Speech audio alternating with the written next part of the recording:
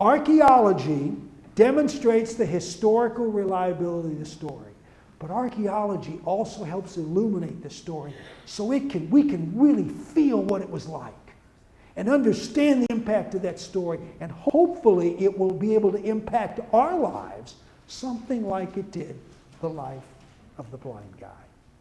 Okay, the story of the Pool of Siloam in the Bible. I think we can show you where he sat, where he walked to, and where he was healed. And archaeology has been able to demonstrate all of that for us. Okay, I'm done. Is it question time? Question time, yes. Who has questions? That's pretty simple. I don't know if we really need to do any questions. She wants to do a question.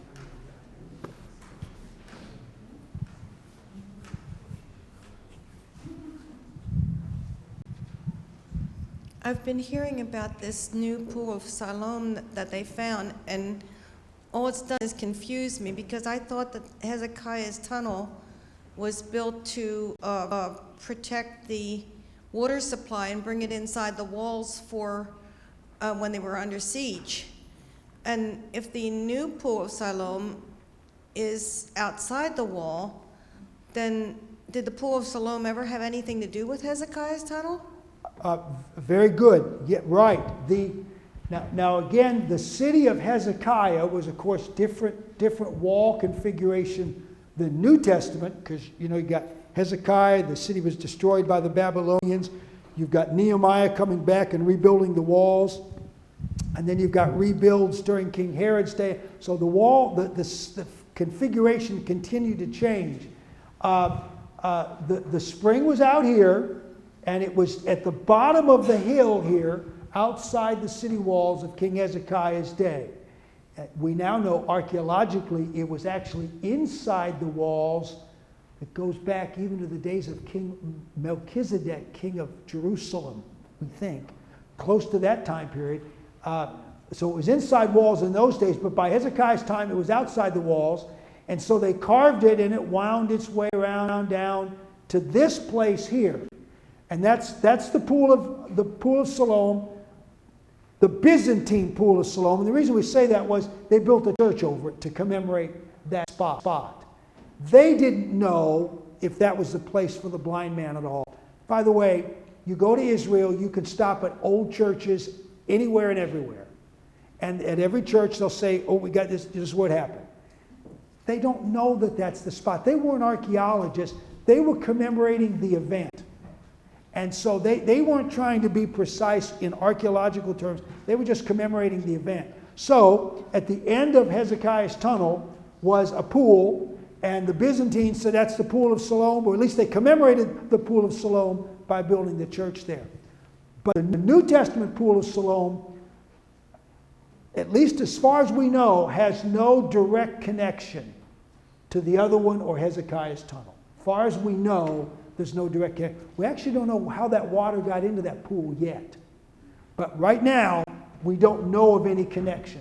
So the New Testament Pool of Siloam was not related to Hezekiah's tunnel.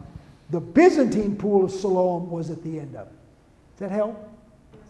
All right. So now maybe there is a connection, but right now we don't know, because it's all underground. It's going to take a lot of work, and I don't know. You have to move people and houses. I don't know we'll ever know, but we might.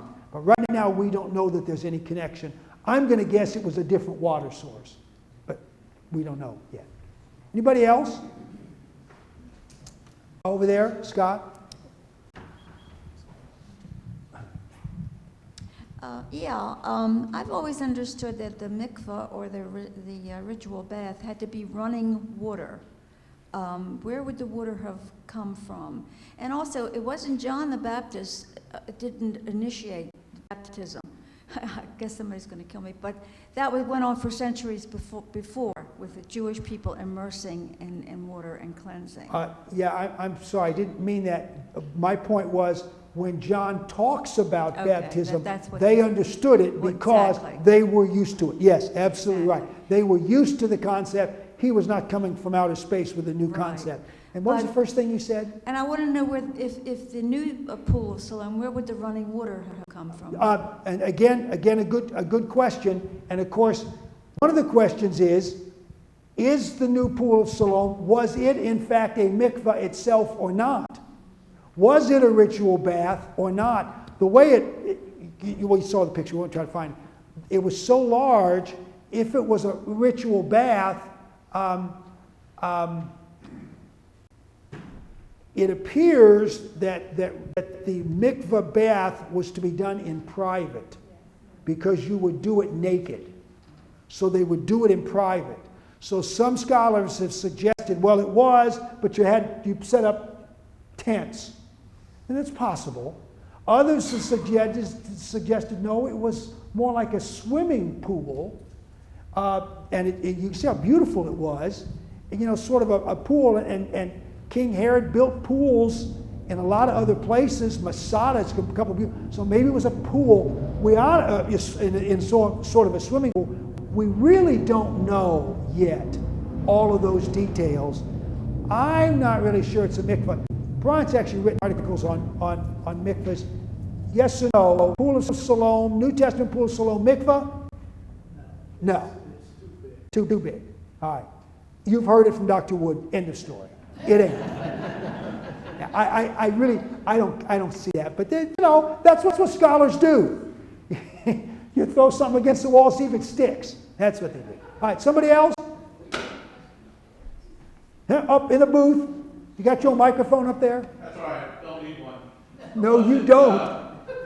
Wasn't the whole stream bringing in Hezekiah's stream for water inside, and that pool where Siloam, the Byzantine Siloam is, a source for just keeping fresh water for the survival of the people? It wasn't used for necessarily at that particular point in time for bathing or anything like that. It was a source for drinking and Yes. survival. Yes. Yeah. The tunnel was designed to withstand the Assyrian siege. That was exactly right. So it was drinking water. It was just living water to survive. By the Byzantine period, that wasn't an issue. It was used for other things, and so they built a church over it.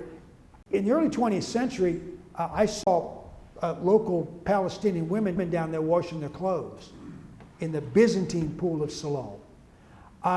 We just don't know. The New Testament, we just don't know. It's really opened up a whole series of thoughts. Was it sort of drinking water? It's so beautiful, though. You'd think it was used for something more than just, where you go and, dip your water bottle in. So really, we really don't know yet. I hope they'll do a lot more work. I have not seen any of this. Michael, our dig photographer, Mike Ludini of ABR has. Brian said he's got some new shots that I'll need to find and try to incorporate into what we're talking about. Well, I'll tell you what we do. Make a promise. We'll write an article with all the new pictures and give you the latest of what scholars are thinking and even throw some of our own insights in. Yes, sir. Okay. One I more. saw a hand over here. Okay. Anyone else? She's hungry. Let him talk, then we'll go eat.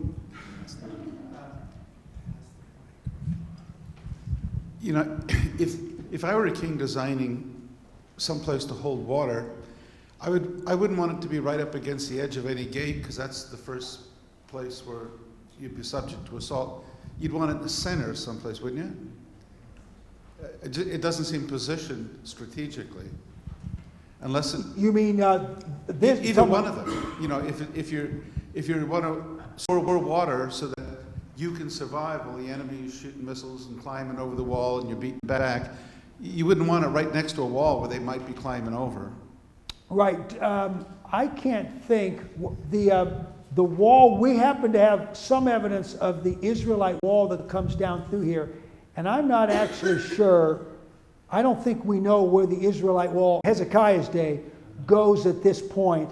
I would assume it's not immediately inside the wall, and/or, this is, it was down low, so there may have been all kinds of, it was down deep, and you really wouldn't be aware of it up there on the surface. Not quite sure. But the New Testament Pool of Siloam did seem to be outside the city.